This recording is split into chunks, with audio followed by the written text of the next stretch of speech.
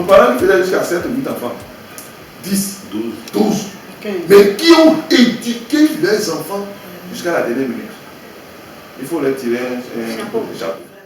Et dans l'Europe, on parle de, je ne sais pas quoi, de surpeuplement. Vous voyez les concepts qui viennent nous, on nous fait croire que nous sommes trop nombreux. Sur une terre qui n'a même pas, dont on n'a pas occupé un dixième même. Ça veut dire que ce n'est pas une question de surpeuplement, mais c'est une question de responsabilité. Nous parents, nous avons normalement le devoir de pouvoir suivre nos enfants. Surtout sur nos enfants à l'école. Parce que le parent qui ne vient pas à l'école pour s'enquérir des nouvelles de l'évolution, de la progression de l'enfant, c'est un problème. Il est en train de préparer une bombe à retardement. Parce que l'enfant se comporte autrement à l'école vis-à-vis de ses enseignants. L'enfant a des comportements irrévérencibles vis-à-vis de ses enseignants, de ses encadreurs, à telle enseigne que les enseignants ont des difficultés. Donc, le parent doit nécessairement aller à l'école, à des moments donnés, même trouver le créneau nécessaire entre service, entre travail et l'heure de cours de l'enfant, faire des tours. Parce que parfois, les enfants sortent de la maison, sortant de la maison, au lieu d'aller à l'école, au lieu d'être en classe, l'enfant est ailleurs. Et à midi, l'enfant revient à la maison comme un saint-nitouche. Donc, en tant que parents, nous devons trouver un mécanisme, le mécanisme nécessaire pour de temps en temps nous rendre dans l'école de nos enfants, même à l'université.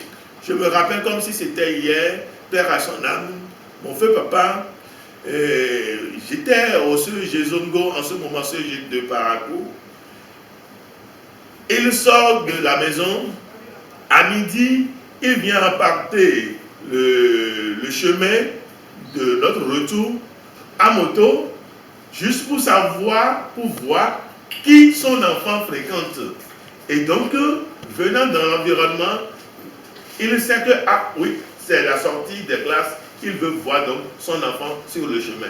Mais tenez-vous tranquille, quand il me voit, ce n'est pas pour me remarquer sur la moto, il passe simplement, ou bien il s'arrête, il salue mes camarades, il leur pose la question, comment ça va, etc., pour savoir un peu la moralité de ceux qui me fréquentent.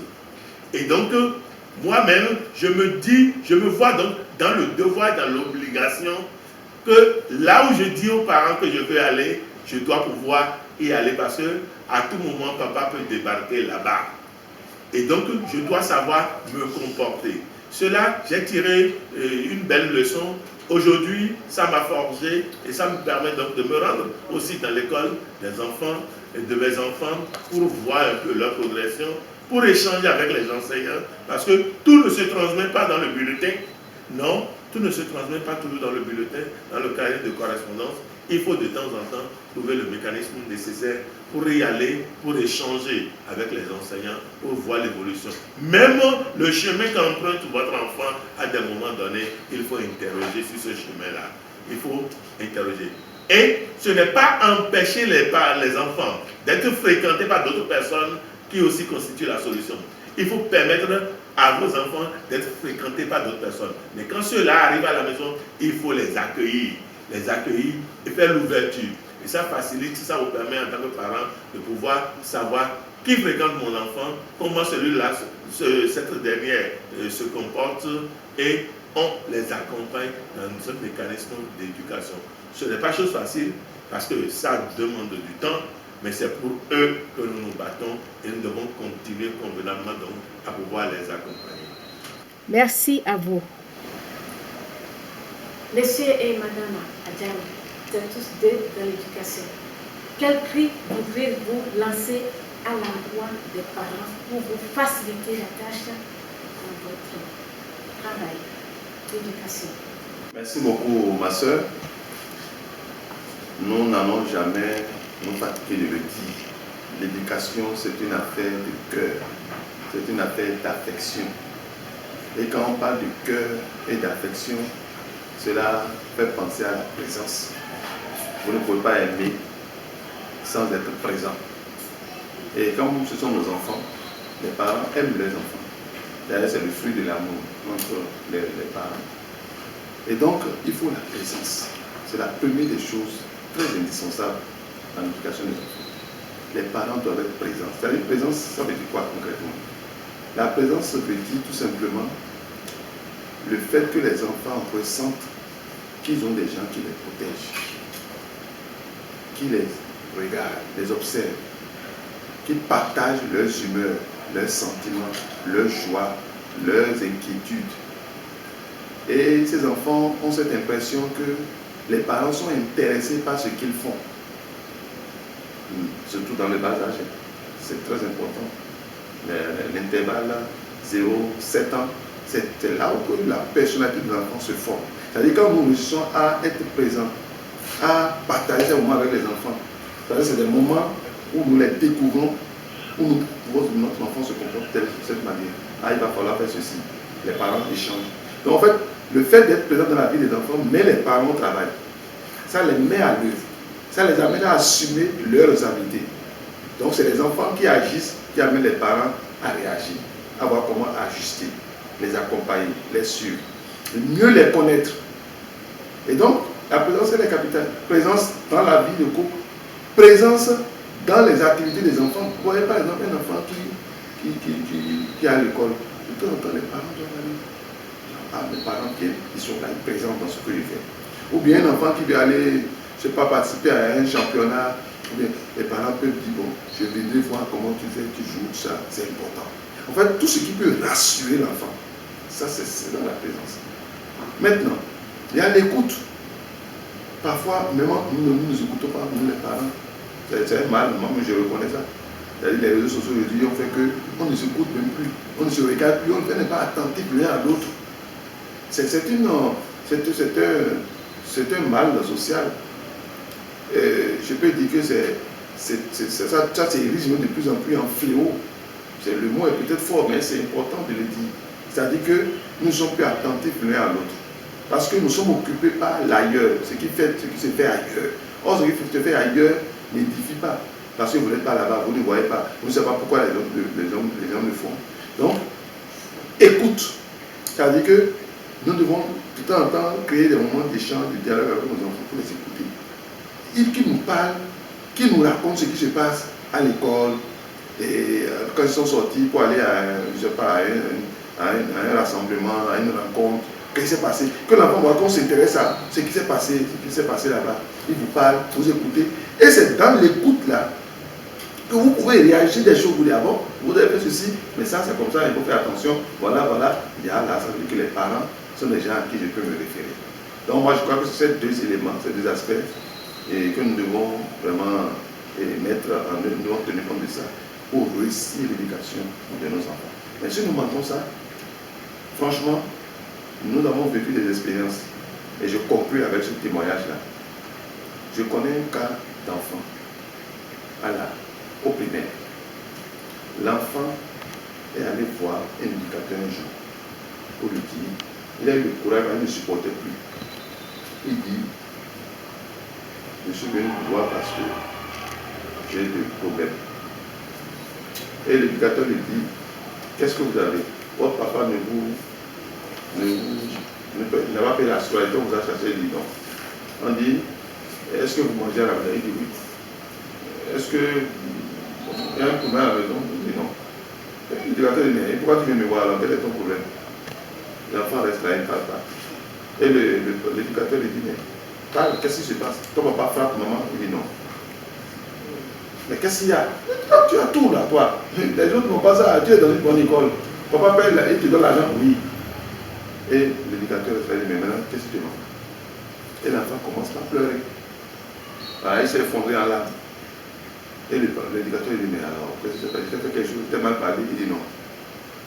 Et c'est alors que l'enfant dit, je ne vois jamais mon papa. Je ne vois jamais mon papa. Autrement, au fait, à la suite de ce qu'il a dit, on voit que le papa, il rentre toujours tard et il part toujours tôt. Et donc, il y a un déséquilibre dans son éducation. Donc, il dit, je ne vois jamais mon papa. Alors, on a fait appel au papa pour lui dire, votre enfant court le risque de venir aux choses, quoi. Si vous ne réalisez pas vite. Il y a une désaffection là. Et le papa, on lui a demandé d'aller tout de suite sur le champ, non seulement acheter un cadeau, parce que l'enfant était en âge d'être récupéré, et de venir. Et le papa, il a compris, il est allé, il a acheté le cadeau, il s'est agenouillé devant l'enfant. Dans l'école, ce que vous racontez là, c'est très émouvant. Il s'est agenouillé, il a demandé pardon à son enfant, et il a donné le cadeau, et l'enfant a embrassé son papa, sans réfléchir. Et tous les enseignants de l'école qui étaient au bureau ont commencé à pleurer. Y compris l'éducateur. Le parent commence à pleurer. Mais l'enfant était en train de rire. C'est ça qui était émouvant. L'enfant, il pleurait, puis il riait. Il était content. Mais tous ceux qui sont autour de lui, c'était fondé en larmes. Donc c'est pour vous dire que l'enfant vient de très loin en ce moment-là. Et heureusement que Dieu a fait que cet enfant a pu, c'est-à-dire que l'école a laissé une certaine ouverture, les enfants peuvent parler à leur éducateur. Voilà ce que nous devons faire dans nos maisons. L'ouverture, laisser l'espace aux enfants, échanger avec eux, les écouter, passer du temps, perdre du temps avec eux. C'est le seul, je peux dire, acte qui peut nous amener à avoir des adultes responsables. Voilà. Donc, merci. Merci. Juste pour compléter sur ce que mon époux a dit, effectivement, la présence est primordiale. Présence, écoute, échange. Se faire ami à nos enfants pour qu'ils n'aient plus d'issue à aller vers les autres. Se faire ami. Si tu es son ami, on peut partager tout avec son ami sans mettre de barrière. Mais quand on se met dans les postures de parents, c'est difficile de nos jours. Avant, c'était possible avec nos parents. Avant, c'était possible. Mais aujourd'hui, se mettre dans les postures de parents, si tu ne te fais pas petit comme lui, te fais ami à lui, il voit une barrière, il va s'attacher à ceux du dehors qui sont ses amis.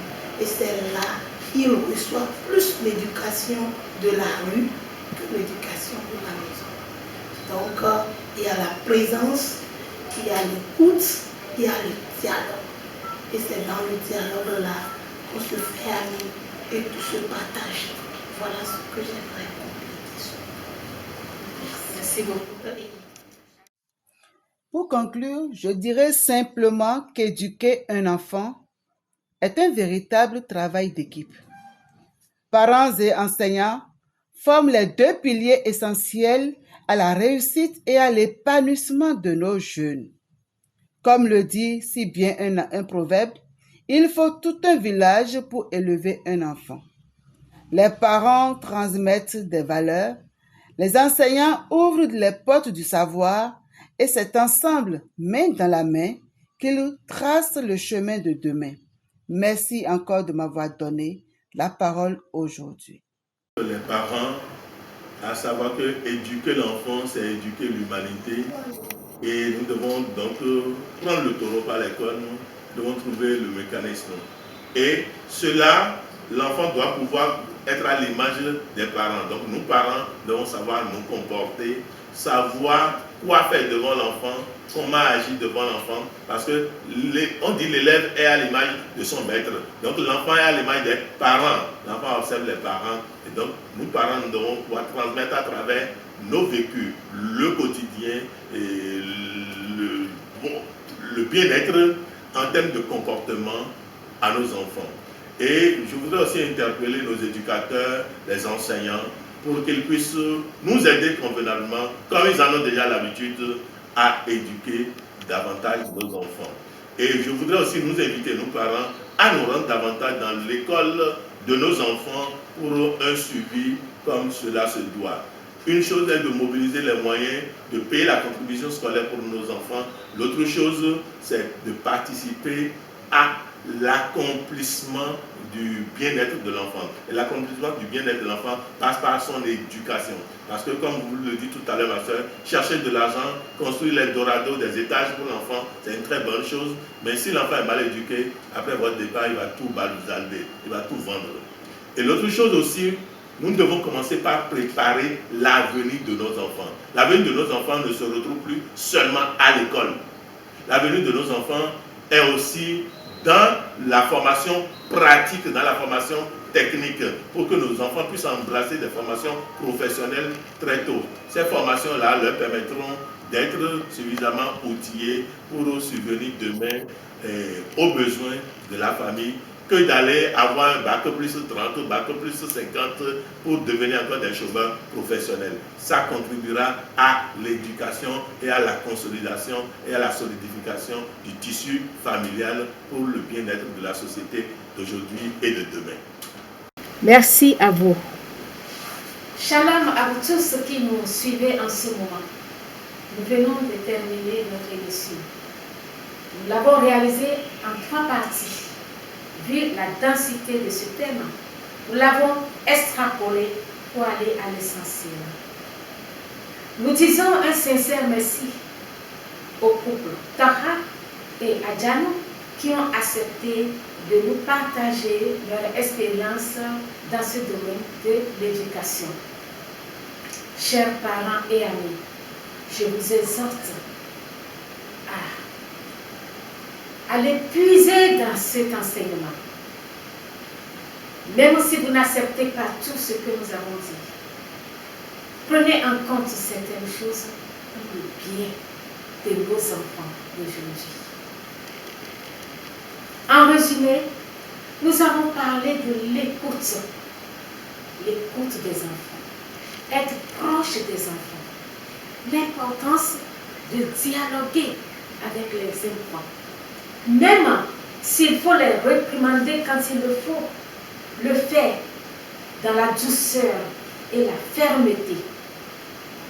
L'importance d'aller rendre visite aux enseignants qui accompagnent vos enfants. L'importance de rester en complicité avec les enseignants pour mieux éduquer les enfants. Pour se rendre compte de ce qui se passe si l'enfant évolue normalement, si l'enfant est souvent à l'école, voir à peu près qui vos enfants fréquentent pour avoir une idée. Ne pas avoir totalement confiance en disant « moi, mon enfant est ceci, mon enfant est bien, je l'ai bien éduqué » et rester dans le coin sans savoir tout ce qui se passe. Déplacez-vous souvent et travaillez en parfaite collaboration avec les professeurs, avec les enseignants. Et vous verrez que quand les enfants verront que vous êtes en lien, en parfaite collaboration avec ces enseignants, ils seront obligés d'obéir. Ne réprimandez jamais devant vos enfants, les enseignants. Quand il y a quelque chose, ayez le courage d'aller les voir pour savoir ce qui se passe. Et puis leur dire, bon, moi je vous propose peut-être de faire comme ça, que de se fâcher et puis de dire des choses et regretter plus tard. Sinon, en faisant cela, vous-même, vous savez déjà ce que ça peut donner comme résultat. Donc, essayons de travailler les mains dans la main et vous verrez le changement qu'il y aura. Chers parents, je vous demande aussi d'essayer d'inculquer de bonnes valeurs à vos enfants dès leur jeune âge. Je donne quelques exemples. Quand, déjà à 3 ans, devant l'enfant, vous dites « imbécile, insupportable, je te maudis », vous prononcez ces paroles, ça reste gravé dans le cerveau de l'enfant. Au lieu de leur dire ces mots, essayez de dire souvent de bonnes paroles. Essayez de mettre des bonnes... Je vais te bénir. Merci beaucoup. Tu es gentil. Que le Seigneur te protège. Alors, si vous continuez à dire, il y a tellement de choses à dire, de bonnes choses à dire. Si vous dites souvent de bonnes choses devant vos enfants, vous verrez que ces enfants vont grandir épanouis et seront toujours capables de bénir les gens. Et quand vous bénissez souvent les gens, toutes ces paroles vont vous revenir en bien. Mais quand vous êtes là à maudire, à dire souvent de mauvaises choses, ça va vous revenir encore, mais pas en bien, mais en mal. Vous-même, vous comprenez déjà tout ce que je dis par là. Oui, les réseaux sociaux nous ont envahis. Les réseaux sociaux nous ont envahis. Et si vous ne prenez pas le taureau par la corne, alors demain nous allons dire autre chose.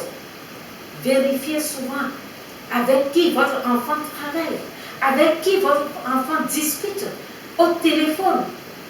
Et ne laissez pas le téléphone dans la main des mineurs. Certains pays de l'Europe ont compris qu'il ne fallait pas laisser le téléphone dans la main des mineurs. Et nous, en Afrique, nous devons aussi ouvrir les yeux pour ne pas laisser le téléphone portable dans la main des enfants, soi-disant qui sont déjà grands, qui sont déjà grands. De toute façon, ils connaissent tout ce qui se passe. On ne peut pas leur cacher quelque chose aujourd'hui. Ce sont vos enfants. Et comme l'a dit quelqu'un, faites amis avec ces enfants. Et vous verrez que les enfants vont s'ouvrir à vous. Vous diront tout ce qui se passe. Et avec gentillesse, avec douceur, comme je le disais, et fermeté, vous saurez comment les canaliser pour que les enfants ne se recroquevillent pas sur eux-mêmes. Chers parents, nous avons beaucoup à faire pour l'éducation de nos enfants. Nous avons beaucoup à faire pour les aider. Ne les abandonnez pas. À l'heure actuelle, où les réseaux sociaux sont en train de faire des ravages, certes, il y a des choses importantes, il y a des bonnes choses aussi sur les réseaux sociaux, tout ça. Mais contrôlez vos enfants. Ne les abandonnez pas. Ne les laissez surtout pas à la merci de n'importe qui. Veillez à temps et à contre-temps à leur éducation. Et vous aussi, vous serez très solide. Chers parents et amis, dans l'attente de vous retrouver en parfaite santé pour discuter de d'autres thématiques de ce même thème, je vous dis, prenez soin de vous et à très vite.